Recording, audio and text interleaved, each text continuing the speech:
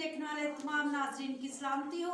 मैं खुदा की खादमा मुबशरा उस्मान साहब और आप देख रहे हैं प्रोग्राम सच्चाई की बातें। इस प्रोग्राम में नाज़रीन हम मुख्तलिफ खातमीन से आपकी मुलाकात करवाते हैं और उनसे सुनते हैं उनकी ज़िंदगी की गवाही को और उनसे सुनते हैं खुदा उनकी ज़िंदगी बख्श कलाम को। आज भी हमारे साथ बहुत ही प्यारे खुदा के खादम मौजूद हैं जिनका नाम पास्टर इमरान शहजाद है और इनका ताल्लुक जो है वो the eternal church of Pakistan वाकेंट से है। आज इन्होंने चक शहजाद जावा में पास्टर साहब विलियम के चर्च में खुदावंद की कलाम की खिदमत को सर अंजाम दिया और आज भी हमारे साथ प्रोग्राम सच्चाई की बातों में मौजूद है। इससे पहले नाज़रीन क्या हम खुदा के खादिम को अपने प्रोग्राम में वेलकम करें। आइए हम सब अपनी आंखों को बंद करते हैं और खुदावंद की हुज़ूर को महसूस करते हैं और दुआ करते हैं। कुल कायनात के खालिक और मालिक सिदा जलाली अब्दी खुदा, फिर इस राह से हम तेरी शुक्रगुज़ारी करते हैं साने वक्त के लिए, खूबसूरत लम्हा के लिए, आज के साने दिन के लिए। खुदावंद यीशु जी कि तूने हम सब की जिंदगी में वक्त दिया, इस बात पर हम तेरे नाम की शुक्रगुज़ारी करते हैं। खुदावंद आज फिर इस राह से हम तेरी शुक्रगुज़ारी करते हैं कि आज इस प्रोग्राम की वसीला से हम तेरे कदमों में, तेरी हज़ूरी में आए। खुदावंद आज तेरे खादिम को, तेरे बंदा को, तेरे सुरमा को, तेरे ममसू को खुदावंद यीशु जी मैं तेरे हैंड ओवर करती हूँ। अपने बंदा के साथ होना खुदावंद, आज तेरा खादिम जो भी कलाम हम सब से बयान करे वो हम सब की जिंदगी के लिए बाइस से बरकत हो। खुदावंद यीशु जी आज सारे प्रोग्राम को खुदावंद मैं तेरे हैंड ओवर करती हूँ। प्रोग्राम को शुरू से लेकर आखिर तक खुदावंद यीशु जी तू संभालना और फिर इस राह से हिफाजत करना और हम सब पर अपना रहना हाथ बढ़ाना खुदावंद यीशु जी, ताकि हम सब कुछ खुदावंद यीशु जी तेरी मर्जी के मुताबिक बोले और तेरे नाम को इज्जत और जलाल मिले, यीशु के नाम में आमीन। तो जी नाज़रीन, आए हम आज हमारे साथ जो खुदा के खादिम मौजूद है उनको अपने प्रोग्राम में वेलकम करते हैं और वेलकम पास्टर साहब। शुक्रिया जी। आप सबसे पहले ये बताएं कि आपने अपनी खिदमत का आगाज कहाँ से किया और क्या गवाही है आपकी ज़िंदगी में, किस तरह आप खुदा की खिदमत की तरफ आए? जी, मेरा नाम जैसा कि बहन ने बताया पास्टर इमरान शहजाद है और मेरा ताल्लुक वाकेंट से है और मैं खुदा का शुक्रगुजार हूँ कि आज खुदा के लोगों ने मुझे इस जगह पर कलाम की खिदमत करने के लिए बुलाया। सो खुदा इनको और इनकी कलीसिया को बहुत ज़्यादा बरकत दे। सो मैं अपनी खिदमत के बारे में यही कहना चाहता हूँ कि शहर वाकेंट में जहाँ पर बहुत से खादमीन खुदा की खेती में काम कर रहे हैं, खुदा ने मुझे आवाज़ देकर और अपना बुलावा के मुताबिक रोया बख्शी और उसके मुताबिक खुदा ने मुझे बुलाया है और आज तकरीबन पिछले 15 साल से मैं खुदावंद की खेती में काम कर रहा हूँ और खुदावंद के नाम को जलाते रहा हूँ। God bless you. अच्छा, और सुनाए पास्टर साहब, मसलन आप अकेले खिदमत के लिए जाते हैं या आपकी मिसेस भी आपके साथ जाती हैं? जी, खुदावंद ने मुझे जो जीवन साथी बख्शा है बीवी की सूरत में, वो ईमानदार है और मेरे साथ मिलकर खिदमत करती है और हमारा प्रॉपर चर्च टीम बनी हुई है और हम पूरी टीम के साथ और बिल्कुल खुदा के इलाही इंतज़ाम के मुताबिक खिदमत कर रहे हैं। सो मावन में मेरी बीवी और चर्च की टीम मेरे साथ होती है। जी, गॉड ब्लेस यू। इस तरह पास्टर साहब आप हमें ये बताएं कि आपको कितनी देर हो गई है खिदमत में आए हुए और किस तरह आप मुख्तलिफ घरों में जब खिदमत के लिए जाते तो क्या लोग का रिस्पॉन्स होता है आपके साथ? जी, वैसे तो मैंने बयान किया कि 15 साल से खुदा के साथ मैं उनकी खिदमत में पेश हूँ, लेकिन 15 साल से सीखने के बाद फिर पिछले 5 साल से मैं proper the internal church of Pakistan का हिस्सा हूँ और प्लेटफॉर्म पर काम कर रहा हूँ और मेरे साथ मेरी मिसेस भी होती है।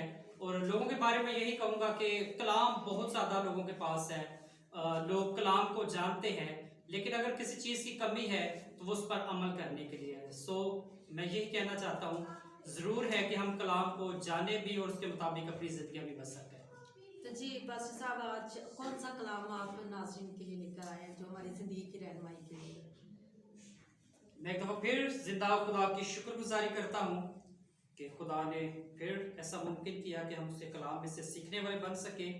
सो आज हम इमाल की किताब में से अपनी बरकत, अपनी तसल्ली के लिए जानने की कोशिश करेंगे कि आज खुदा ने हम सब के लिए इस कलाम के वसीला से क्या बरकत रखी है। इमाल की किताब उसका 3रा बाब है और उसकी पहली आयत मुकद्दसा से पढ़ूंगा मैं। पतरस और यूहन्ना दुआ के वक्त यानी तीसरे पहर हैकल को जा रहे थे और लोग एक जन्म के लंगड़े को ला रहे थे जिसको हर रोज हैकल के उस खूबसूरत दरवाजे पर बिठा देते थे जो खूबसूरत कहलाता है, ताकि हैकल में जाने वालों से भीख मांगे। जब उसने पतरस और यूहन्ना को हैकल में जाते देखा तो उनसे भीख मांगी। पतरस और यूहन्ना ने उस पर गौर से नजर की और पतरस ने कहा कि हमारी तरफ देख। वो उनसे कुछ मिलने की उम्मीद पर उनकी तरफ मुतवज्जो हुआ।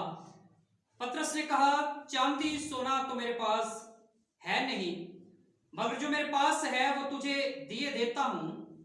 यीशु मसीह नासरी के नाम से चल फिर। और उसका दाहिना हाथ पकड़कर उसको उठाया और उसी वक्त उसके पांव और टखने मजबूत हो गए और वो कूद कर खड़ा हो गया और चलने फिरने लगा और चलते और कूदता और खुदा की हम्द करता हुआ उनके साथ हैकल में गया। और सब लोगों ने उसे चलते फिरते और खुदा की हम्द करते देखकर उसको पहचाना कि ये वही है जो हैकल के खूबसूरत दरवाजे पर बैठा भीख मांगा करता था। और उस माजरे से जो उस पर वाकया हुआ था बहुत दंग और हैरान थे। खुदा के पाक कलाम के पढ़े और सुने जाने पर खुदावंद की बरकत हो। आज जो खुदावंद ने मुझे टॉपिक दिया है कि आया हम भीख मांगने वाले हैं या दुआ करने वाले हैं। इस खूबसूरत पैसेज को अगर हम अपनी जिंदगी में ले तो पतरस और यूहन्ना हम सब जानते हैं कि यीशु मसीह नासरी के शागिर्द हैं और उन्होंने अपनी जिंदगी में जो कुछ लिया वो यीशु की रहनुमाई में लिया, यीशु से उन्होंने हासिल किया। और अगर दुआ के ताल्लुक से हम जानने की कोशिश करें तो जिस तरह यीशु मसीह नासरी की जिंदगी हम सब के सामने है, उसके शागिर्दों ने यीशु मसीह को देखा। और एक चीनी कहावत है, कहा जाता है कि अगर एक तस्वीर बनाने वाला तस्वीर बना दे और उससे बेहतर यह है कि एक बोलने वाला या प्रीच करने वाला लोगों के सामने अपनी बात को रखे, तो जो तस्वीर होगी वो ज्यादातर वाज़ेह होगी, खूबसूरती से वो उसके अक्स को बयान कर दी जाएगी। और हमारे सामने यीशु मसीह नासरी की जो दुआया जिंदगी है उसकी बड़ी खूबसूरत तस्वीर हम सब देख सकते हैं। उसके शागिर्द जब यीशु को देखते तो वही बात उन्होंने अपनी जिंदगी में ली और दुआया रूटीन प्रॉपर उनकी जिंदगी में उनके साथ साथ रही। पतरस और यूहन्ना दुआ के वक्त यानी तीसरे पहर हैकल को जा रहे थे और अजीजों अभी तक शागिर्दों के लिए मुश्किल वक्त नहीं शुरू हुआ।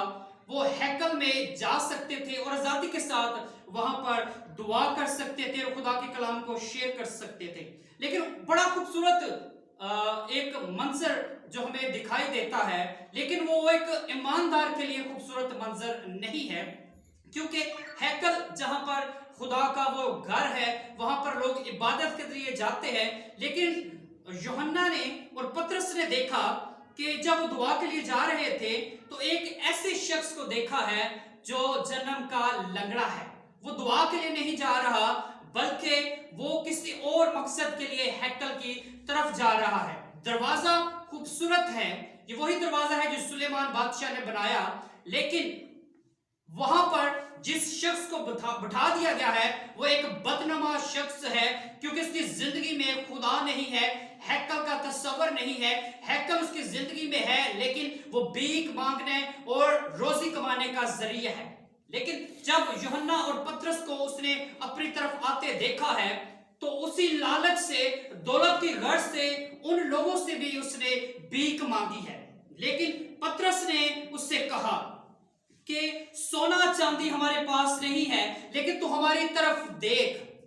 क्योंकि उस शख्स का जो रवैया था, बेशक उसने अपने हाथ फैलाए और वो यूहन्ना और पतरस से मांग रहा था, भीख मांग रहा था, लेकिन उसकी तवज्जो दूसरे लोगों की तरफ थी ताकि ये लोग भी ना मिस हो जाए और जो इसके पीछे आ रहे हैं वो भी ना कहीं मेरे भीख मांगने के बगैर ही वो चले जाए। बात बात ऐसा होता है कि हमारी तवज्जो तो खुदावंद की तरफ होती है लेकिन हमारा तवक्कल दूसरे लोगों की तरफ होता है। हम खुदा से भी मांग रहे होते हैं लेकिन साथ साथ हम दूसरे लोगों पर भी डिपेंड करते हैं कि अगर खुदा सुनने में देर लगाए तो दूसरे लोग हमारी मदद कर दें।